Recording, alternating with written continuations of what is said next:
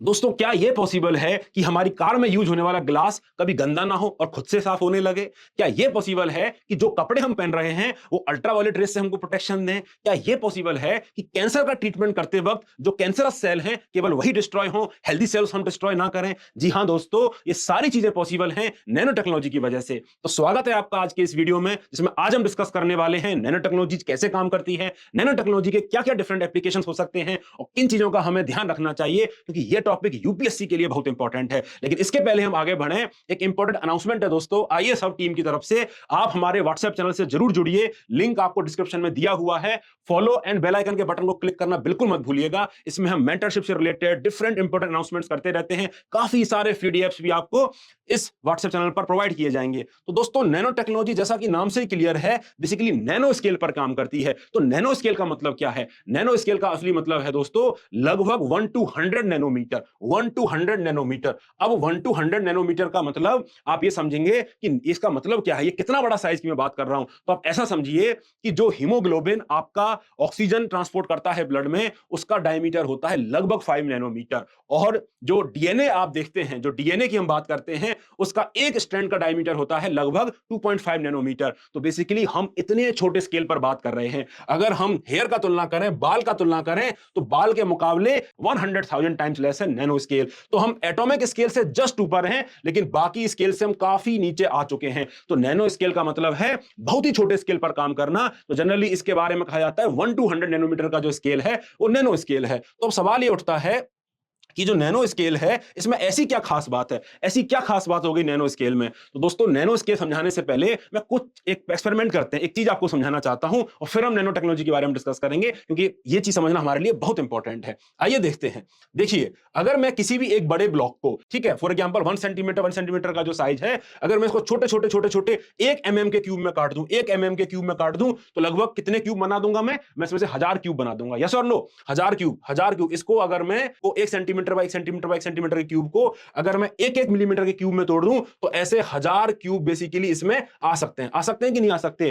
क्या आप देख सकते हैं कि 1000 क्यूब में तोड़ने की वजह से इसका सरफेस एरिया कितना बढ़ गया है? जब ये 1 सेंटीमीटर था तो इसका सरफेस एरिया मात्र 6 सेंटीमीटर स्क्वायर था, जबकि अगर मैं इसको 1 मिलीमीटर के क्यूब में जब मैंने इसको तोड़ दिया तो इसका सरफेस एरिया 60 सेंटीमीटर का स्क्वायर हो गया। और अगर मैंने इसको 1 नैनोमीटर के स्केल पे तोड़ दिया तो दोस्तों इसका एरिया हो जाता है 6000 metre square, which is very very huge. आप देखिए, 1 सेंटीमीटर सेम वॉल्यूम है, सेम वॉल्यूम का मटेरियल है, लेकिन अगर मैं छोटा छोटा छोटा छोटा पीस कर दिया, 1-1 नैनोमीटर का पीस मैंने कर दिया, तो मैंने सरफेस एरिया कितना मल्टीप्लाई कर दिया, 6000 मीटर स्क्वायर कर दिया। ये कहां पे 6 सेंटीमीटर स्क्वायर है। तो बेसिकली जब मैं किसी भी मटेरियल का स्केल कम करता करता करता चला जा रहा हूं, तो मैं देख पा रहा हूं कि सरफेस एरिया मैंने बहुत बढ़ा दिया है। अब मुझे एक बात बताइए कि अगर मुझे इसको गर्म करना हुआ, इसको मेल्ट करना हुआ, सपोज आइस क्यूब है और मुझे इसको मेल्ट करना हुआ, क्या ये जल्दी मेल्ट होगा या ये जल्दी मेल्ट होगा जब मैं नैनोमीटर के स्केल पर काम कर रहा हूं? जी हां दोस्तों, ये जल्दी मेल्ट होगा। क्यों मेल्ट होगा?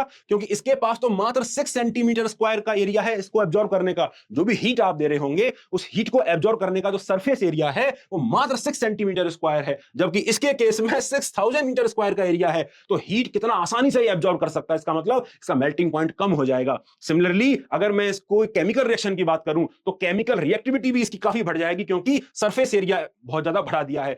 इस चीज का तो आप भी यूज करते हैं कि नहीं करते हैं? जब आपको कोई चीज घोलनी होती है पानी में, ठीक है, आप सपोज एक बहुत बड़ा आइस क्रिस्टल लीजिए, है ना, एक होता है मिश्री होती है, मिश्री। अगर आपको मिश्री को पानी में घोलना है, तो इतना बड़ा डेला अगर आप मिश्री में डालोगे जल्दी घुलेगा नहीं, लेकिन उसको आप चूरन करके डालोगे, छोटा छोटा करके डालोगे, तो जल्दी घुल जाएगा। क्यों घुल जाएगा? इसलिए घुल जाएगा क्योंकि चूरा करने पर, छोटा छोटा करने पर उसका सरफेस एरिया बहुत बढ़ गया है, और सरफेस एरिया बढ़ने की वजह से वाटर के संग जो रिएक्शन हो रही है वो ज्यादा तेजी से हो सकती है। तो दोस्तों, कहने का मतलब यह है, by changing the size of the material मैं काफी सारी प्रॉपर्टीज को चेंज कर सकता हूं। मैं मेल्टिंग पॉइंट चेंज कर सकता हूं, मैं बॉइलिंग पॉइंट चेंज कर सकता हूं, मैं केमिकल रिएक्शन ज्यादा होगी कम होगी इसको भी चेंज कर सकता हूं, मैं ऑप्टिकल प्रॉपर्टी भी चेंज कर सकता हूं कि लाइट कैसे इंटरेक्ट करेगी। फॉर एग्जांपल, आप इस गोल्ड के पार्टिकल को देखिए, जो बल्क गोल्ड पार्टिकल होता है वो लगभग येलोइश दिखता है, लेकिन जो नैनो पार्टिकल से मिलकर गोल्ड बनेगा उसका कलर देखिए कैसा होगा, लगभग रेडिश हो जाएगा। तो देखिए, लाइट ऑप्टिकल प्रॉपर्टी में चेंज कर चुका हूं, कोई अंतर नहीं है। ओनली अंतर इज कि नैनो पार्टिकल है, नैनो पार्टिकल से मिलकर गोल्ड का जो आइटम है ये बना हुआ है। तो the point I am making is there are certain properties which are called size dependent property, जो साइज पे निर्भर करती हैं, साइज पे डिपेंड होती है। Melting point, boiling point, thermal conductivity की बात कर लीजिए, ऑप्टिकल प्रॉपर्टीज की बात कर लीजिए, केमिकल रिएक्टिविटी की बात कर लीजिए। अगर मैं साइज को चेंज करूंगा तो वो प्रॉपर्टी चेंज होने लगती है। तो लोग दोस्तों, साइंटिस्ट इन्हीं प्रॉपर्टीज को चेंज करके डिफरेंट डिफरेंट मटेरियल बना रहे हैं। आपको यकीन नहीं हो रहा, ठीक है, आपको मैं एक और एग्जांपल दिखाता हूं। देखिए, आप डायमंड को और ग्रेफाइट को देखिए।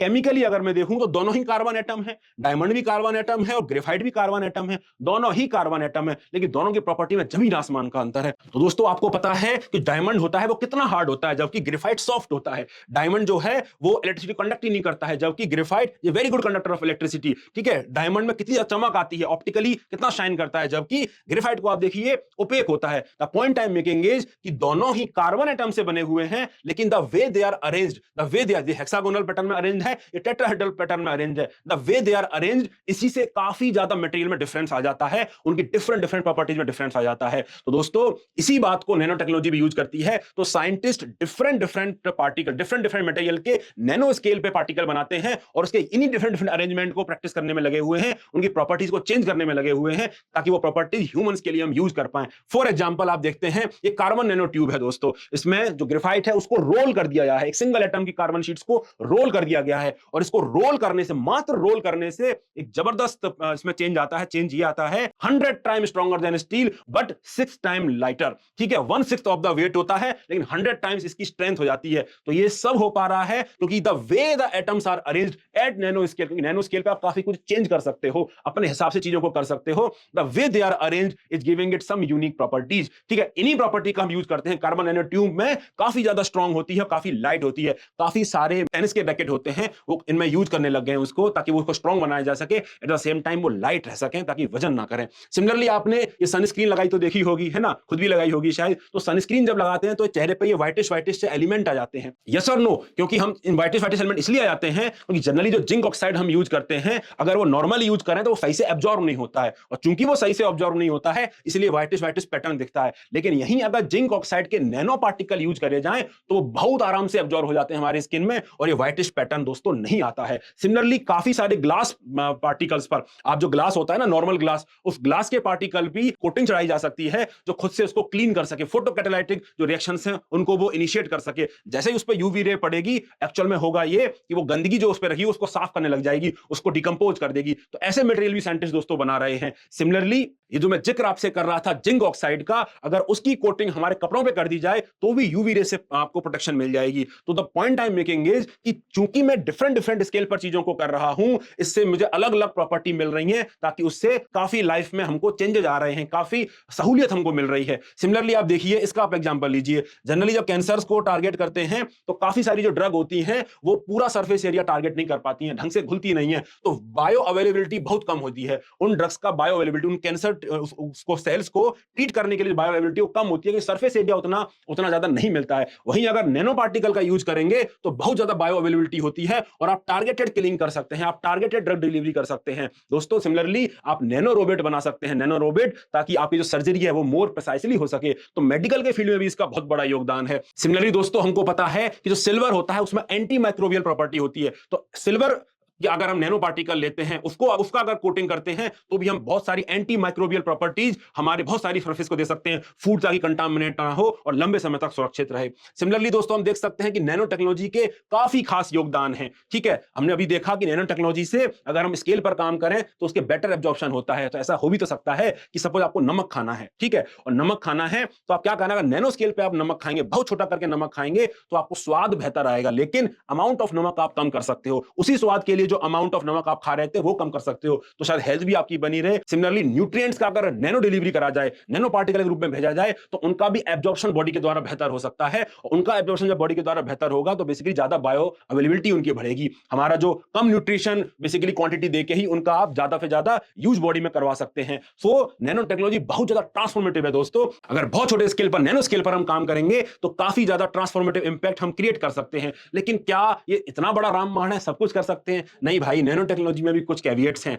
देखिए, नैनो टेक्नोलॉजी के बारे में साइंटिस्ट काफी अच्छे-अच्छे पार्टिकल और काफी अच्छी-अच्छी प्रॉपर्टीज वाले चीज तो बना ही रहे हैं, लेकिन ऐसा भी तो हो सकता है कि वो प्रॉपर्टी टॉक्सिक निकल जाए, वो हमको नुकसानदेह निकल जाए। ऐसा भी तो हो सकता है कि जो मेम्ब्रेन हमारे ब्रेन को हमारे ब्लड में पाए जाने वाले हार्मफुल टॉक्सिक सब्सटेंस को जाने से रोकती है, उस मेम्ब्रेन के थ्रू वो पार्टिकल पास कर जाएं और हमारा ब्रेन डैमेज हो जाए। तो the point I am making is कि नैनो टेक्नोलॉजी में अभी भी काफी कुछ रिसर्च एंड डेवलपमेंट करना बाकी है, ताकि तब तक हम इसको कह सकें कि फुल फ्रूट टेक्नोलॉजी है इंसानों के यूज करने के लिए। तो उम्मीद करते हैं कि नैनो टेक्नोलॉजी में R&D बहुत अच्छे से होगी, ताकि इंसानों के लिए और एंटायर इकोसिस्टम के लिए इस लाइफ को और बेहतर बनाया जा सके। तो बताइए दोस्तों, आपको नैनो टेक्नोलॉजी समझ में आया कि नहीं आया? क्यों नैनो टेक्नोलॉजी कैसे काम करती है, ये समझ में आया कि नहीं आया? और मुझे कमेंट करके जरूर बताइएगा वीडियो आपको कैसा लगा और किन टॉपिक्स पे मैं आपके लिए वीडियो बनाऊं। मिलते हैं जल्दी ही, तब तक के लिए बाय बाय, टेक केयर।